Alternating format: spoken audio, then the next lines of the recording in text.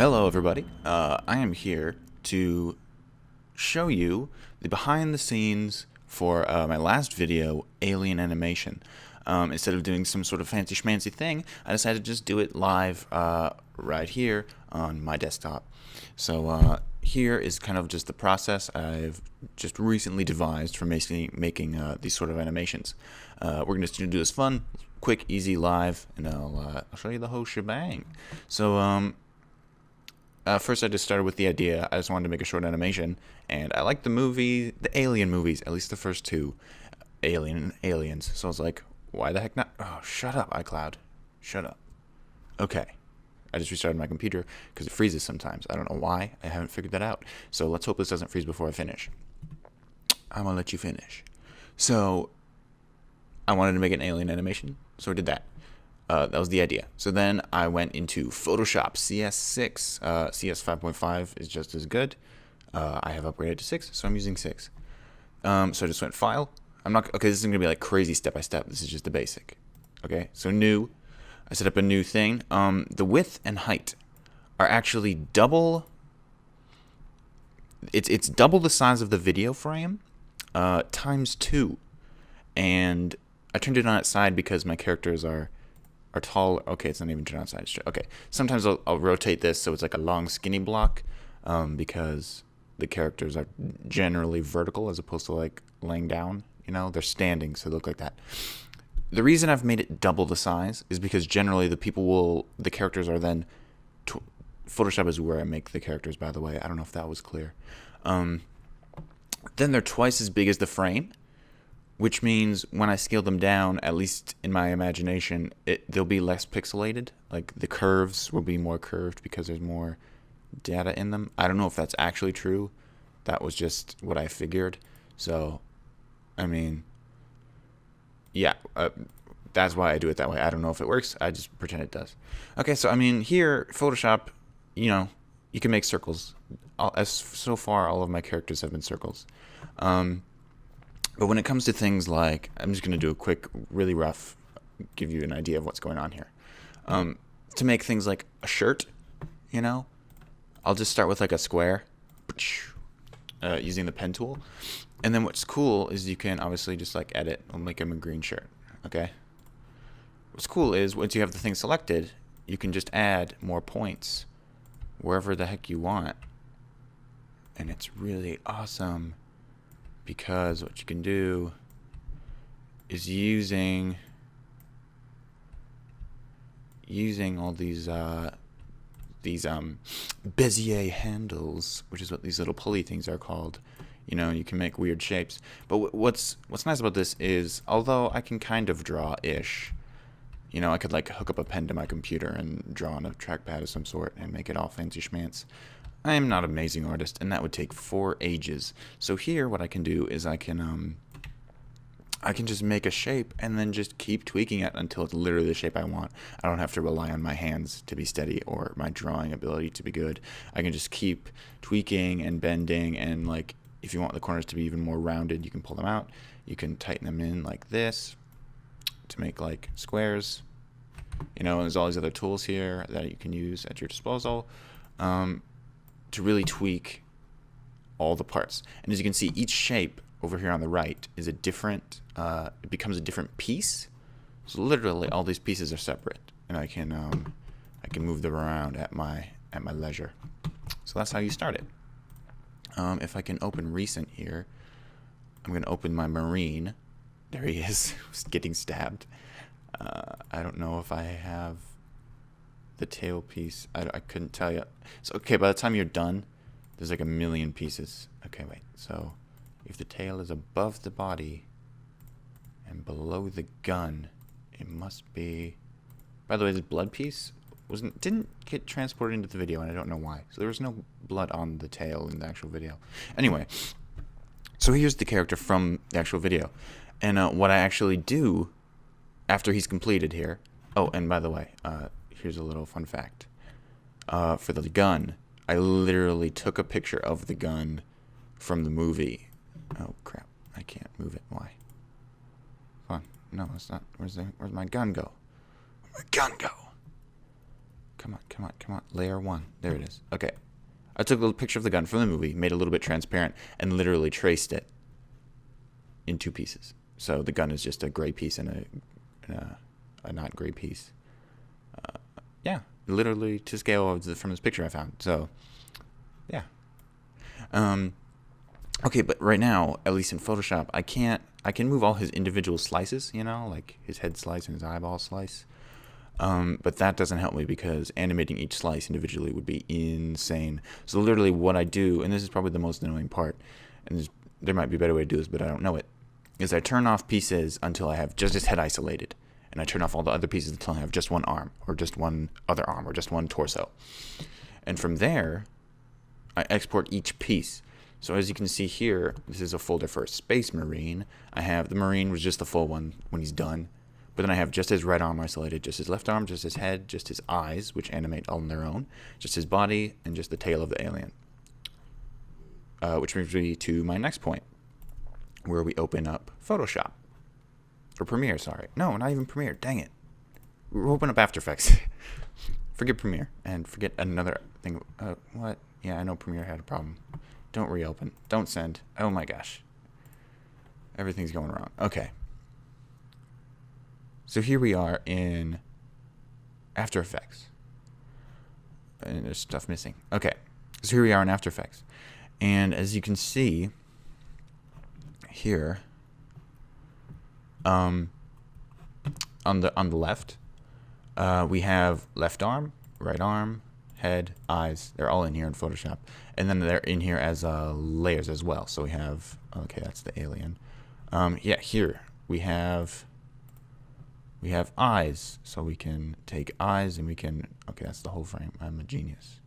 We have eyes, so we can move the eyes around. I don't want to do that, obviously. But what this means is, okay, the body is, when his torso is moving, obviously his whole self is moving. So what I have done, is I have taken body, which is just the torso, and I've linked every other part to the body. So using the parenting tool. So I don't know if it's a tool, whatever. So the head is attached to the body, the arms, really that's it, the head and the arms. And then the eyes are attached to the head, which is kind of how a body works, if that makes any sense. So when I move, say, the body, everything moves with him. When I move just the head, because only the eyes are attached to that, the head can move independent of the body, giving him like gestures like, oh, or hey, or it can fly off.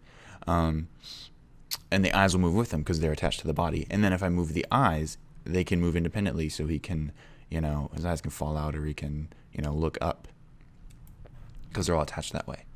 And okay, so that's just the basic of how I get him to move across the screen. I'm just moving the torso, and everything else is linked to that, so it moves. Pretty simple. But then all of these things, so if I go to the head, say, when I initially bring it in, I adjust the anchor point to the center. So right now, the anchor point, which is about the center of the frame, and as you can see here, all the pieces, they scatter out in all directions. The head, I put the anchor point just below the neck, which means when I rotate, the head will rotate around that axis. So they're all set to specific spots. So here the head, obviously you're putting at the neck, so that way when I adjust his head moves like a normal head. His head isn't out here rotating around in a crazy orbit around his torso, which would look ridiculous. Obviously right arm and left arm, they go up towards the shoulder. This character doesn't need to bend his elbows. Like, I could do that. I could make an upper arm and lower arm separate piece and put the joint at the elbow. He doesn't need to do that. So literally here, right arm is his entire gun. His front hand is the foregrip. Okay, we can turn blurring off. Is on the foregrip all the time. And literally, you don't see this in the video because I hid it like a genius. But his back arm is literally sliced off. And it just kind of floats around behind the gun imaginarily, because it moves on a separate axis, so it couldn't be connected to the gun, because then it would just float off into the ether.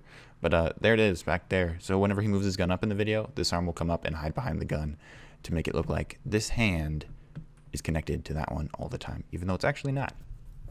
So that's really the basics of it all, and that I just keyframe it all. So like when he blinks or when his eyes move, all I'm doing is I'm taking the eyes, if I can find them, whichever one's the eyes right now. It's this one. And I just keyframe a scale like this. So I'm stretching out the circles wide, or I'm narrowing them to like a blink. If he blinks, I'm just going whoosh, like blink really fast within 2 frames. And that's all keyframed. And then I know, there's like things like effects, muzzle flashes, things like that. The digits on the gun slowly tick down. I found a tool in here that allows you to do digits and keyframe them piece by piece. So yeah, here, if you're watching, you can see all the frames that are in motion, and there are a lot. Just all those green boxes are different slices of things, and that's the entire thing. Yeah, I mean, that's the process. It took forever. I figured out how to do like things like lighting in this episode, which I've never done. That's why this whole animation took me forever. But yeah, I make so many mouth noises. I apologize. I really do. Okay, but I mean, lighting. If you want to see it without lighting, it looks very happy and cartoony. But I figured out how to do camera moves and lighting. So like, this is the finished product. This is the original animation in its full color mode. You can see there's quite a bit of a difference. Super happy, fun murder time. And a much more moody. And because all these layers, you can make them 3D layers by clicking the little cube icon in After Effects, which means you can move them forward and backward in imaginary 3D space. Although he is made of paper, he's not stuck to one plane. He can move backwards and forwards, or in this case, in the middle of the animation, I can literally rotate his paper body, and he moves like a piece of paper.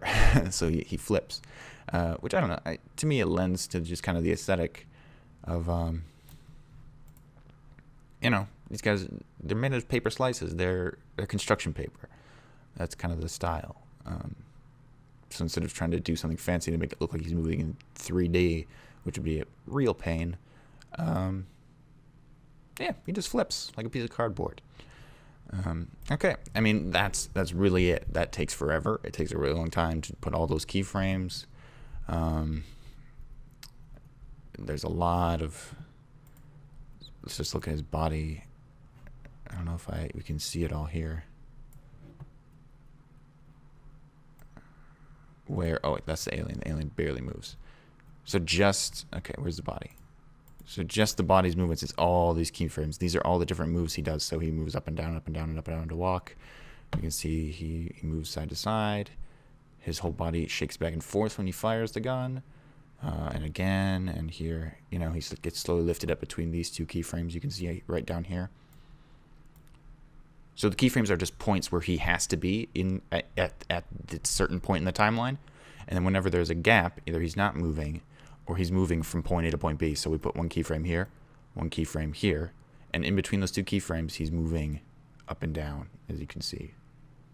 And the computer automatically fills in those spaces. But when he's doing something specific like walking, we put in all these little keyframes. So we put an up and a down and up and a down and up and a down, and the computer fills in the in-betweens into a smooth walking animation. And the same goes for the arms. Every time his arm moves, I'm adding rotation keyframes. So I add one up here, down here, and then the computer will fill in the movement in between. And depending on how far apart they are, that will affect how slow it is and things like that. Anyway, that's the basic of the animation. Again, this one took me like 21 hours, I think, pretty much straight. I watched some random YouTube videos when I was getting really tired. But again, a lot of that was learning, so I think this has set me up for like future animations where I'll know what I'm doing more. Okay, so I'm going to have some links at the end of this video to a couple things. One is going to be the video without the camera movement, so you'll literally just see everything within the frame without zooming in on the face and all that, and some of the cheats and like some of the weird glitches that actually happen that are off frame, where like his arm will punch through his body and it'll flip back and forth and weird stuff happens. But it's just hidden by the fact that there's a camera movement built in.